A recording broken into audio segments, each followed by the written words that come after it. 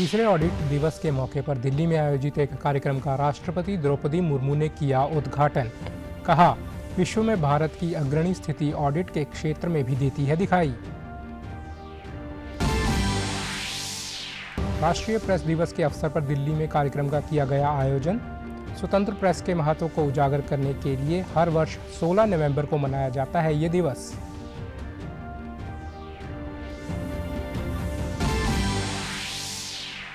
भारतीय वायुसेना 23 और 24 नवंबर को अंबाला छावनी वायुसेना केंद्र पर एयर शो का करेगी आयोजन।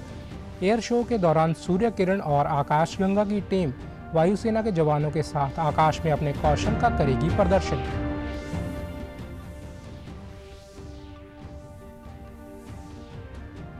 और लोगों को निमोनिया के प्रति जागरूक करने के लिए आज अंबाला छावनी के नागरिक अस्पताल में सांस कार्यक्रम की हुई शुरुआत।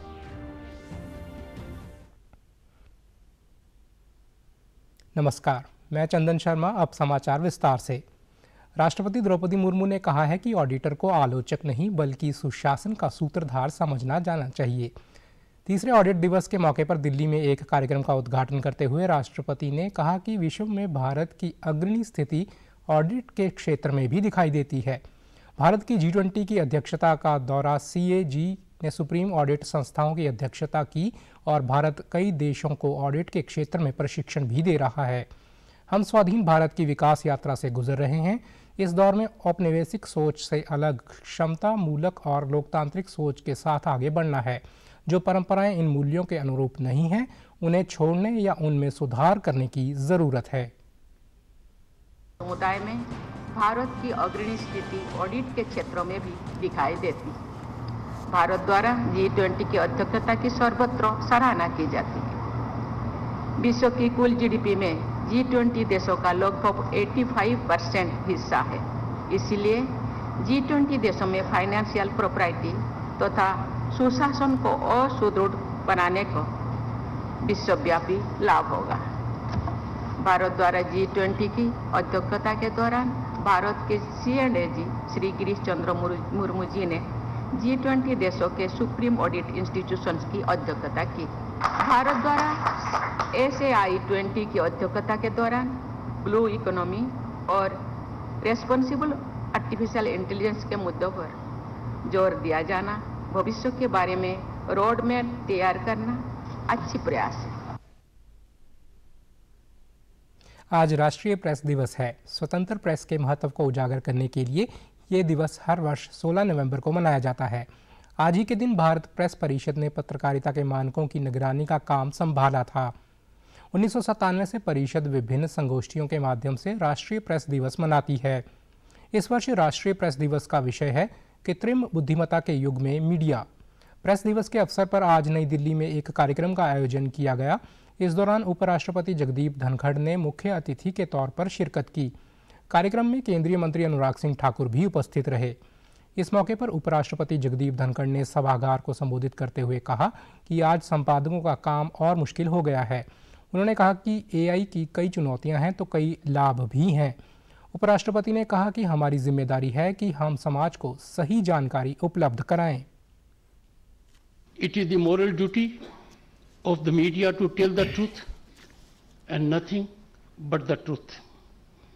In fact, it is responsibility of everyone connected with the media, be it journalists or owners of newspapers and other forms of communication, to be truthful. It is in their self-interest to be credible and trustworthy. Time media realizes that their audience is turning away from them.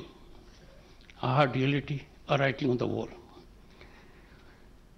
This writing on the wall should be clear to all concerned that fake news, deliberately fed wrong and mischievous information, political ambitions and preferences, tendency to play power brokers and monetary considerations have eroded the people's faith in the media. Actually, the expression fake news has never been heard so loudly.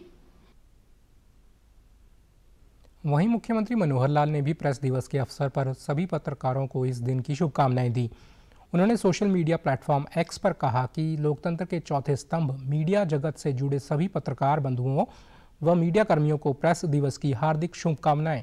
स्वतंत्रता व निष्पक्ष पत्रकारिता के माध्यम से आप सभी सशक्त लोकतंत्र के निर्माण में अपना योगदान देते हुए राष्ट्र के उन्नयन में भागीदार बने रहें, ऐसी कामना है। रक्षा एवं टूरिज्म केंद्रीय राज्य मंत्री अजय भट्ट ने फरीदाबाद के स्थानीय MIT स्थित जेवी माइक्रॉन कंपनी के एक सम्मेलन में शिरकत की। इस दौरान उन्होंने वैज्ञानिकों को उनके उत्कृष्ट कार्य के लिए सम्मानित किया। इस मौके पर उन्होंने कहा कि जेवी माइक्रॉन कंपनी रेडियो फ्रीक्वेंसी का बेहतर तरीके से क्रियान्वयन कर रही है, जो सेना के लिए बेहद कारगर है। उन्होंने उदाहरण देते हुए कहा कि ये शोर के बीच आवश्यक जानकारी को ऑब्जर्व करने का काम करती है तथा विश्व के बहुत कम देशों के पास ये तकनीक है और भारत इनमें से एक है। ऐसी चीज बनाई है जो सेना के लिए भी आवश्यक है, हर क्षेत्र में, अन्य क्षेत्रों में भी आवश्यक है। रेडियो फ्रीक्वेंसी अकेले ये मान के चलिए कि जब हल्ला गुल्ला होता है, माना कि हम 100 आदमी चिल्ला रहे हैं, लेकिन उसमें से भी जो जरूरत की चीज है उसको लेना है। हम सुनेंगे कैसे? जब हम सारी चीजों को ऑब्जर्व कर लें, सबको शांत कर लें। ये टेक्निक दुनिया में मुश्किल से 1 दर्जन देशों के पास भी नहीं है, उससे भी कम देश हैं, और जिसमें से 5 या 6 ऐसे प्लांट होंगे मैं समझता हूं विश्व में। एक्यूरेट मालूम नहीं है, इतना मुझे पता है कि 1 दर्जन से कम देश है। और आज एक ऐसी चीज बना दी है जो विश्व में कल को हमारे देश से सप्लाई होगी। केंद्रीय राज्य मंत्री ने कहा कि इसरो वैज्ञानिकों ने चंद्रयान बनाकर विश्व स्तर पर ऐतिहासिक कार्य किया है। वहीं कोरोना काल में वैक्सीन तैयार करके अन्य देशों में सप्लाई देकर देश की आर्थिक स्थिति को प्रधानमंत्री नरेंद्र मोदी के नेतृत्व में सुदृढ़ बनाने का काम किया है। बनाने के लिए अपने देश में निर्मित चीजों को प्रयोग में लाया गया है, वो ऐतिहासिक है। चंद्रयान में सारे कलपुर्जे भारतीय है। दुनिया हिल गई एक किस्म से, किसी को यकीन भी नहीं था कि इस तरह से हम बना देंगे। हमने INS विक्रांत बनाया है, देश को समर्पित किया है। अभी चंद्रयान हमने बनाया है और सफल हुए, ऐसी जगह सफल हुए जहां दुनिया का कोई भी चंद्रयान नहीं जा पाया। कंपनी की प्रबंधक ज्योत्सना काला ने बताया कि वे डिफेंस के लिए ऐसे उत्पाद बना रहे हैं जो देश की सुरक्षा और सुदृढ़ करने में सहायक होंगे। हमारा जो पूरा सेक्टर है वो डिफेंस ही है, हमारा सारा का सारा सप्लाई डिफेंस को जाता है। ये जो प्रोडक्ट है वो हमारे जितने भी फाइटर एयरक्राफ्ट, मिसाइल, रेडार्स होते हैं, सैटेलाइट्स होती है, उन सब के अंदर यूज होता है। जो अभी चंद्रयान 3 लॉन्च हुआ है उसके अंदर भी जो सेंसर्स है वो भी हमारी लैब्स के अंदर टेस्ट हुए हैं। तो इस तरीके से हमारा जो पूरा का पूरा वर्क है, पूरा का प्रोडक्ट है, पूरा का पूरा डिफेंस रिलेटेड प्रोडक्ट है। प्रदेश के परिवहन मंत्री मूलचंद शर्मा ने कल चंडीगढ़ में हरियाणा रोडवेज कर्मचारी साझा यूनियन के साथ बैठक की। बैठक के बाद मीडिया से बातचीत करते हुए उन्होंने कहा कि अंबाला में चालक राजवीर पर ड्यूटी के दौरान जानलेवा हमला होने के कारण हुई मौत बहुत ही दुखद घटना है। उन्होंने कहा कि इस दुखद के समय में सरकार परिवार के साथ खड़ी है। परिवहन मंत्री ने बताया कि मृतक को छोटे बेटे मंजीत को उसकी योग्यता के आधार पर सरकारी नौकरी दी जाएगी, साथ ही उनके परिवार को वित्तीय सहायता भी प्रदान करेंगे।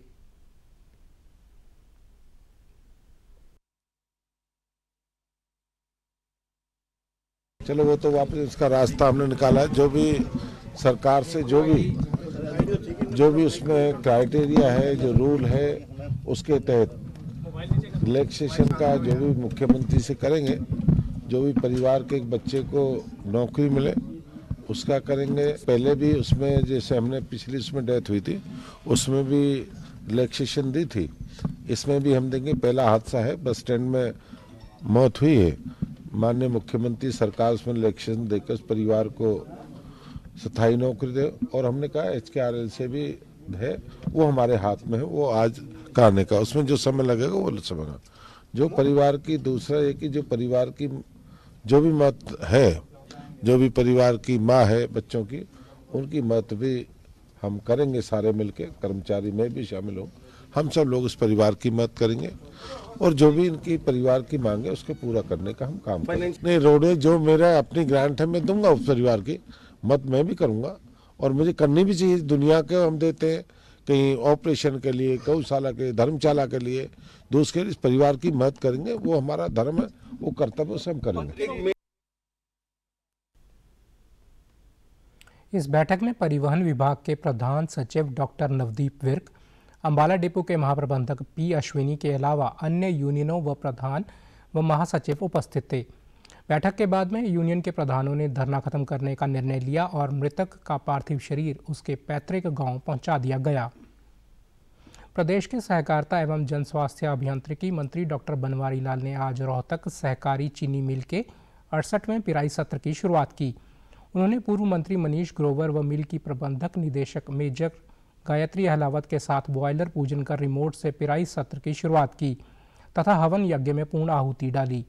इस अवसर पर अपने संबोधन में सहकारिता मंत्री ने कहा कि प्रदेश के सभी सहकारी चीनी मिलों को घाटे से उबारने के लिए 2000 करोड़ रुपए की लागत से एथेनॉल प्लांट स्थापित किए जाएंगे।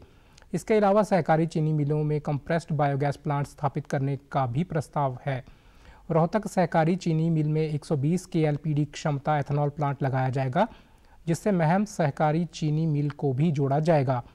शाहबाद सहकारी चीनी मिल में 68 KLPD क्षमता का एथेनॉल प्लांट स्थापित किया गया है। सीजन का शुभारंभ हुआ और इस मौके पर पंडित जी ने जो हवन यज्ञ करके ईश्वर से प्रार्थना की है कि भाई हमारी ये जो मिल है ये निर्बाध चले, इसमें किसी तरह की कोई रुकावट ना आए, किसी को कोई नुकसान ना हो। तो मैं भी ईश्वर से यही प्रार्थना करता हूँ।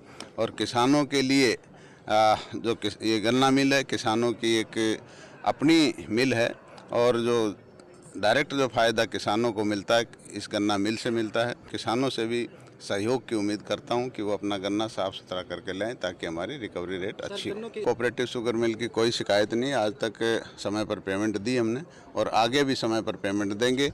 और उसके अलावा हमने ऑनलाइन जो परचेज सिस्टम किया है उससे किसानों को बहुत राहत मिली है। पहले 2-2, 3-3 दिन यहाँ किसानों को रुकना पड़ता था, अब तभी आता है किसान जब उसको ऑनलाइन इन्फॉर्मेशन मिलती है। उन्होंने कहा कि प्रधानमंत्री नरेंद्र मोदी और प्रदेश के मुख्यमंत्री मनोहर लाल किसानों का पूरा ध्यान रखते हैं तथा उनके कल्याण के लिए सरकार द्वारा अनेक कदम उठाए गए हैं। प्रदेश सरकार द्वारा विभिन्न देश के गन्ने का सर्वाधिक दाम दिया जा रहा है।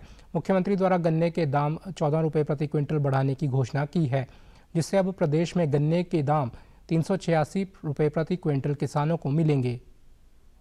आभार व्यक्त करता हूं कि उन्होंने जो पिराई का जो सीज़न शुरू होने से पहले ही किसानों को दिवाली पर एक तोहफा दिया है और 14 रुपये पर क्विंटल के हिसाब से गन्ने का जो रेट बढ़ाया है वो पूरे देश के अंदर हरियाणा सबसे अव्वल है। तो ये और आगे भी उन्होंने कहा कि अगले साल हम इसको 400 कर देंगे, तो ये आगे भी किसानों के लिए गारंटी दी।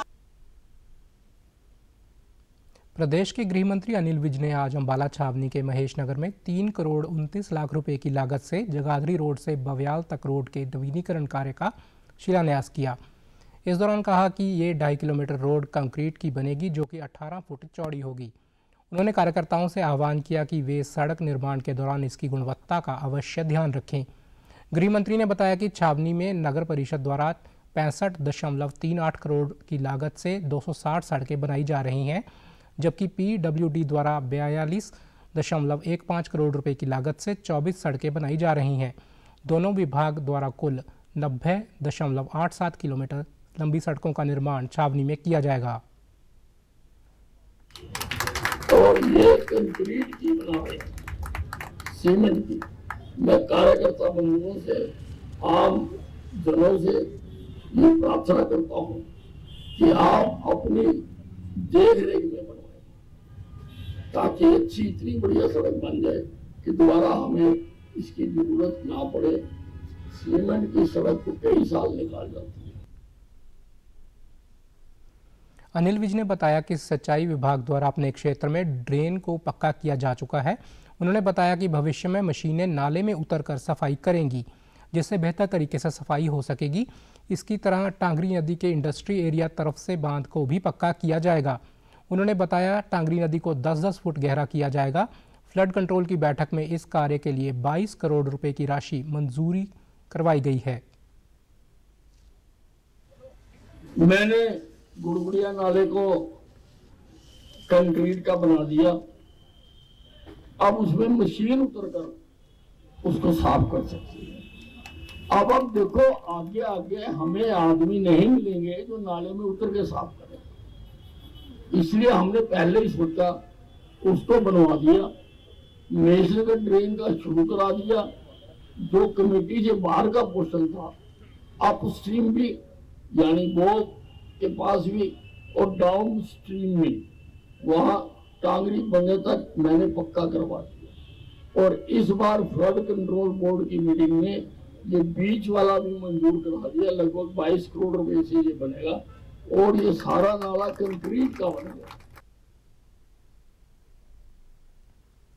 सिरसा के बरनाला रोड स्थित बाल भवन में बाल दिवस के उपलक्ष्य में पुरस्कार वितरण समारोह का आयोजन किया गया। बाल दिवस के उपलक्ष्य में आयोजित अलग अलग प्रतियोगिताओं के विजेता बच्चों को पुरस्कार दिए गए। पुरस्कार कार्यक्रम के दौरान स्कूली बच्चों ने सांस्कृतिक कार्यक्रम भी प्रस्तुत किए। इस अवसर पर अतिरिक्त उपायुक्त डॉक्टर विवेक भारती बतौर मुख्य अतिथि के रूप में उपस्थित रहे और विजेता बच्चों को सम्मानित किया। इस दौरान अतिरिक्त उपायुक्त ने बताया कि बच्चों ने जोश के साथ इन कार्यक्रमों में हिस्सा लिया। इससे बच्चों में और ज़्यादा हौसला बढ़ेगा। इस तरह के कार्यक्रम से बच्चे अपनी संस्कृति से जुड़ते हैं और उन्हें पढ़ाई के अलावा जो दूसरी गतिविधियां हैं उनमें भी भाग लेने का मौका मिलता है, जिससे उनकी प्रतिभा निखरती है। कि ओवरऑल पर्सनैलिटी में ये सब चीज़ें ऐड ऑन होती हैं कि हम अपने आप को कैसे एक्सप्रेस कर सकते हैं, कैसे अपने आप को प्रस्तुत कर सकते हैं, और वो कहीं ना कहीं उनको आगे इंटरव्यू में और दूसरी चीज़ों में सफल होने में सहायता करें। जिला बाल कल्याण अधिकारी पूनम ने बताया कि अलग अलग हुई प्रतियोगिताओं में बच्चों ने अच्छा प्रयास किया है। उन्होंने बताया कि जो बच्चों में प्रतिभा छिपी है उसे यहां दिखाने का मौका मिलता है। वहीं इस प्रतियोगिता में प्रथम, द्वितीय व तृतीय आए छात्र छात्राओं ने कहा कि इसी तरह के कार्यक्रम का आयोजन होना चाहिए, जिससे उन्हें बहुत कुछ सीखने को मिलता है। उन्होंने बताया कि सरकार द्वारा इस तरह के आयोजन करवाए जाते हैं, जो कि सराहनीय है। में 23 प्रकार की प्रतियोगिताएं थी, 43 ग्रुप समूह थे, जिसमें अलग अलग स्कूलों ने भाग लिया। और बच्चों की परफॉर्मेंस आज जैसे आपने भी देखी कि देखते ही बनती हैं, और यही बच्चे हमारे स्टेट के लिए भी आगे कंपटीशन के लिए जा रहे हैं। तो ये कंपटीशन मैं तो यही समझूंगी एक जिला बाल कल्याण अधिकारी होने के नाते ये कंपटीशन जो है वो करवाते रहना चाहिए हमें, और ताकि बच्चों की जो टैलेंट अंदर छिपा हुआ, जो प्रतिभा छिपी हुई है, वो बच्चे को यहाँ पे दिखाने का मौका मिलता है। कंपटीशन में पार्टिसिपेट करके बहुत अच्छा लगा। अलग अलग स्कूल के काफ़ी स्टूडेंट्स आए, हमने नया टैलेंट देखा और सबसे मेन बात की रिजल्ट्स काफ़ी फेयर थे। बहुत अच्छा लगा, बहुत अच्छा अरेंजमेंट था हमारे लिए। ये हमारे लिए एक सुनहरा अवसर है कि आज हम यहाँ पे अवार्ड हासिल करने आए हैं। मैंने हैंड राइटिंग कॉम्पिटिशन में पार्ट लिया, मेरा कंसोलेशन अवार्ड लिया। I thanks to all the Bal Bhavan teams. First prize holder हूँ और मैंने सोलो कथक में लिया है। और ये एक ऐसा प्लेटफॉर्म है जहाँ पे हमें आगे बढ़ने का चांस मिलता है, हमें अपना टैलेंट दिखाने का जो है चांस मिलता है, और हमें ये सम्मानित किया गया है और मैं बहुत ही ज़्यादा खुश हूँ।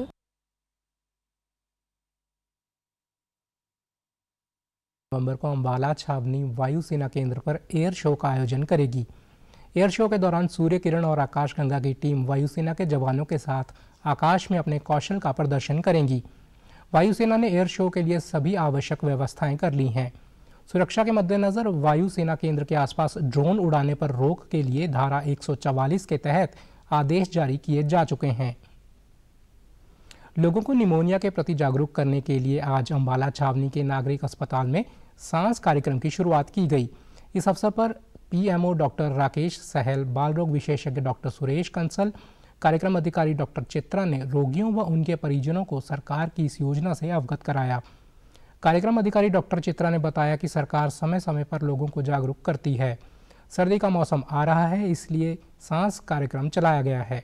इस कार्यक्रम का मुख्य उद्देश्य निमोनिया के प्रति अभिभावकों को जागरूक करना है। उन्होंने बताया कि छोटे बच्चे जिनकी उम्र 5 वर्ष से कम है, उनमें मुख्यतः ये रोग अधिक होता है, लेकिन यदि लोग जागरूक होंगे तो इस बीमारी को जल्द ही काबू किया जा सकता है।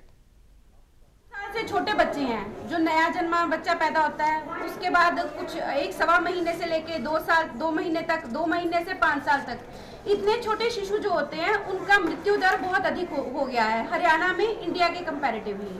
तो इसलिए हम ये फोकस कर रहे हैं कि लोगों में अवेयरनेस हो, उनको ये जागरूकता हो कि क्या क्या बच्चे में साइन एंड सिम्टम होते हैं, जिससे हम जल्दी से जल्दी पकड़ सकते हैं कि बच्चा बीमार है, हम घर पे कैसे देखभाल कर सकते हैं, हम हॉस्पिटल जल्दी से जल्दी कहाँ लेके जाएं, कब लेके जाएं और उसकी देखभाल कैसे हो सकती है वापस आने के बाद में।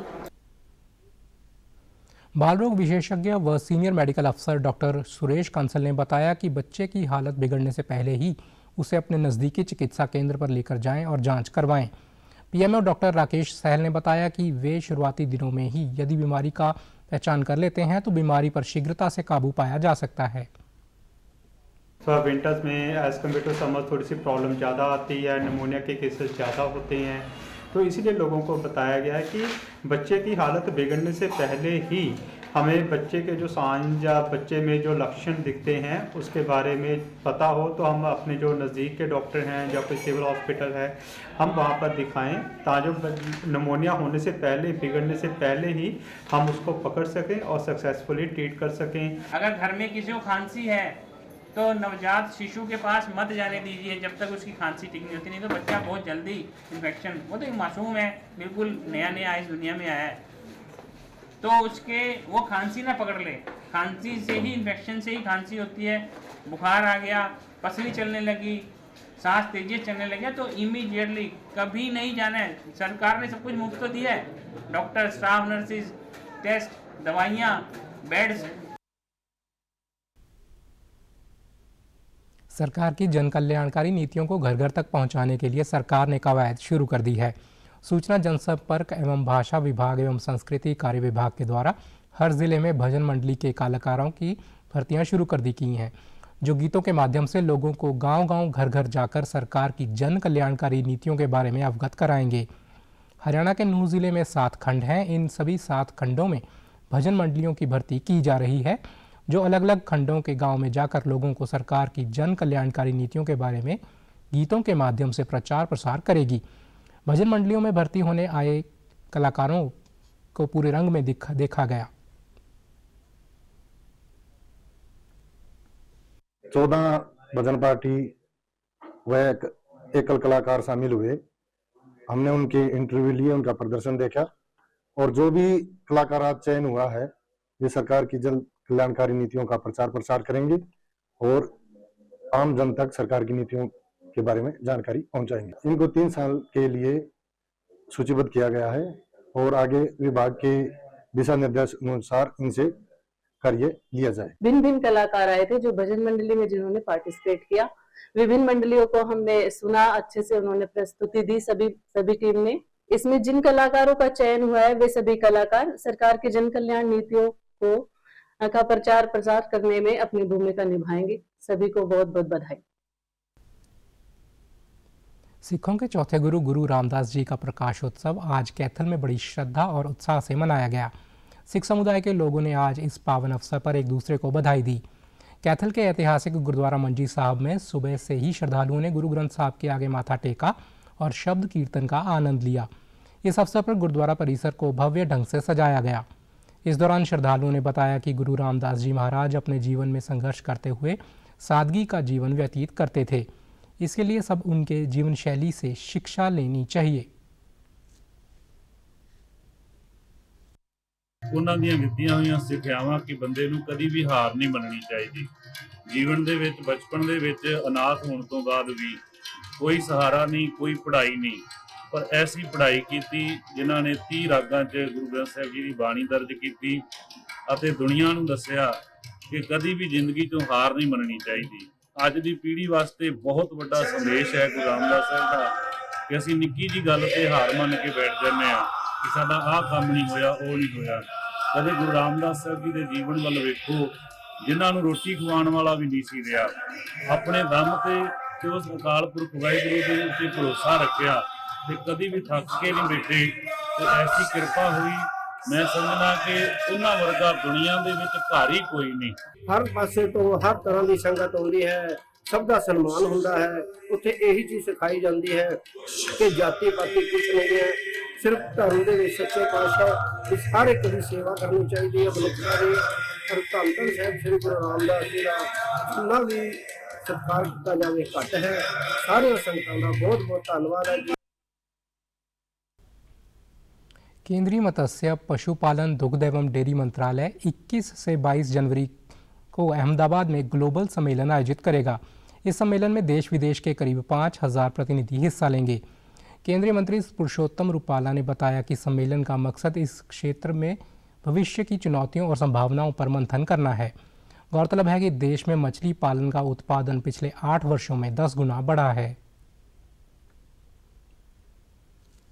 इंटरनेशनली उसमें क्या संभावनाएं हैं, क्या चैलेंजेस हैं, उन सभी का मंथन करने के लिए ये वर्ल्ड लेवल का एक ग्लोबल कॉन्फ्रेंस और वर्ल्ड फिशरीज डे के मनाने के उपक्रम में उसी प्रकार से मनाने का निर्णय लिया है। और उसमें विदेश के डेलीगेशन, हमारे नेशनल जो भी इसमें व्यापारी होगा, प्रोसेसर होगा, जितने भी वेंडर्स होंगे, सारे स्टेक होल्डर मतलब नेशनल और इंटरनेशनल सभी को एक मंच पे लाने का हमारा प्रयास होगा। हमारे सारे पॉलिसी मेकर्स भी वहां होंगे। उत्तराखंड में सिलक्यारा टनल में फंसे मजदूरों को निकालने का प्रयास लगातार जारी है। केंद्रीय नागर विमानन, सड़क परिवहन, राजमार्ग राज्य मंत्री जनरल वीके सिंह ने सिलक्यारा पहुंचकर टनल में फंसे मजदूरों को निकालने के लिए चल रहे रेस्क्यू ऑपरेशन का निरीक्षण किया। जनरल वीके सिंह ने अधिकारियों के साथ बैठक कर रेस्क्यू अभियान की समीक्षा की। प्राथमिकता है कि हमारे लोग सुरक्षित रहें। हमारी प्राथमिकता है कि हम उनको जल्दी से जल्दी निकालें और उसके लिए सब तरह के प्रयास किए जा रहे हैं। इसके अंदर हमारे माननीय प्रधानमंत्री जी से लेकर हमारे सड़क परिवहन मंत्री जी से लेकर हमारे मुख्यमंत्री जी से लेकर जितनी भी एजेंसीज हैं सबके सब इस कार्य के अंदर लगे हुए हैं और सबका हमको बहुत अच्छा सहयोग और समर्थन मिला। उत्तराखंड के मुख्यमंत्री पुष्कर सिंह धामी ने राज्य सचिवालय में वरिष्ठ अधिकारियों के साथ उत्तरकाशी सुरंग दुर्घटना के बाद सुरंग में फंसे 40 मजदूरों को निकालने के लिए चल रहे राहत और बचाव कार्य की समीक्षा बैठक की। राजधानी दिल्ली में बढ़ते प्रदूषण को लेकर दिल्ली के उपराज्यपाल विनय कुमार सक्सेना ने चिंता जताई है। राज्यपाल ने सोशल मीडिया प्लेटफॉर्म एक्स पर पोस्ट कर कहा है कि दूसरे राज्यों से आने वाले पराली के धुएं को रोकने के लिए हम उनसे केवल गुहार लगाने के अलावा कुछ नहीं कर सकते। विशेषकर दिल्ली में AQI अभी भी 400 के आसपास है, जिससे राजधानी हाँफ रही है। उन्होंने कहा कि पटाखे निश्चित रूप से प्रदूषण के खतरे को बढ़ाते हैं, लेकिन इस प्रदूषण से सबसे ज़्यादा प्रभावित वे लोग हैं जो अपनी रोजी रोटी कमाने के लिए सड़कों पर जाकर सफ़र करते हैं। झुग्गी झोंपड़ियों में रहने वाले गरीब और असहाय लोगों पर इसका सबसे ज़्यादा असर है, क्योंकि वे घर पर बैठकर एयर प्यूरीफायर खरीदने में समक्ष नहीं है। उन्होंने कहा कि दिल्ली को कार्रवाई की ज़रूरत है। हम एक निश्चित समय सीमा के भीतर स्थायी लक्ष्य प्राप्त कर सकते हैं। केंद्रीय मंत्री हरदीप सिंह पुरी ने हॉकी इंडिया सीनियर महिला अंतर विभागीय राष्ट्रीय चैंपियनशिप का उद्घाटन किया।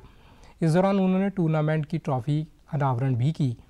दिल्ली के शिवाजी स्टेडियम पर आयोजित हो रहे इस स्टेडियम में 8 टीमें हिस्सा ले रही हैं। टूर्नामेंट्स का फाइनल मुकाबला 21 नवंबर को खेला जाएगा। देखिए हमारी ये खास रिपोर्ट।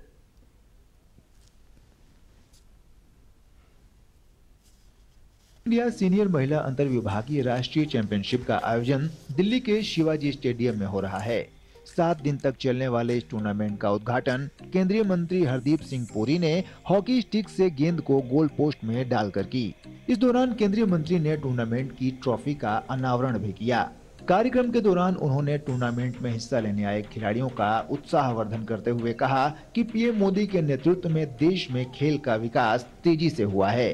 मोदी जी के दायित्व संभालने के बाद व्हाट इज द चेंज, मुझे लगता है तीन चार मेजर चीजें हैं। एक तो जो भी हमारा इकोसिस्टम है, उस इकोसिस्टम को हर लेवल पे एवरी लेयर उससे सपोर्ट मिल रहा है। ट्रेनिंग फैसिलिटीज में इंप्रूवमेंट है और हमारे जो एथलीट्स हैं वो भी अपना जो उनका टैलेंट है उसको बाहर आने में, उसको कम्पिटिटिव स्पिरिट जो उनकी है वो आगे आ रही है। देश की अर्थव्यवस्था बढ़ रही है, स्पोर्टिंग एक्टिविटीज के लिए, CSR के लिए, सब जगह बहुत पॉजिटिव फॉरवर्ड मूवमेंट हो रही है। वहीं इंडियन ऑयल के अध्यक्ष श्रीकांत माधव वैद्य। समाचारों में आज इतना ही। नमस्कार।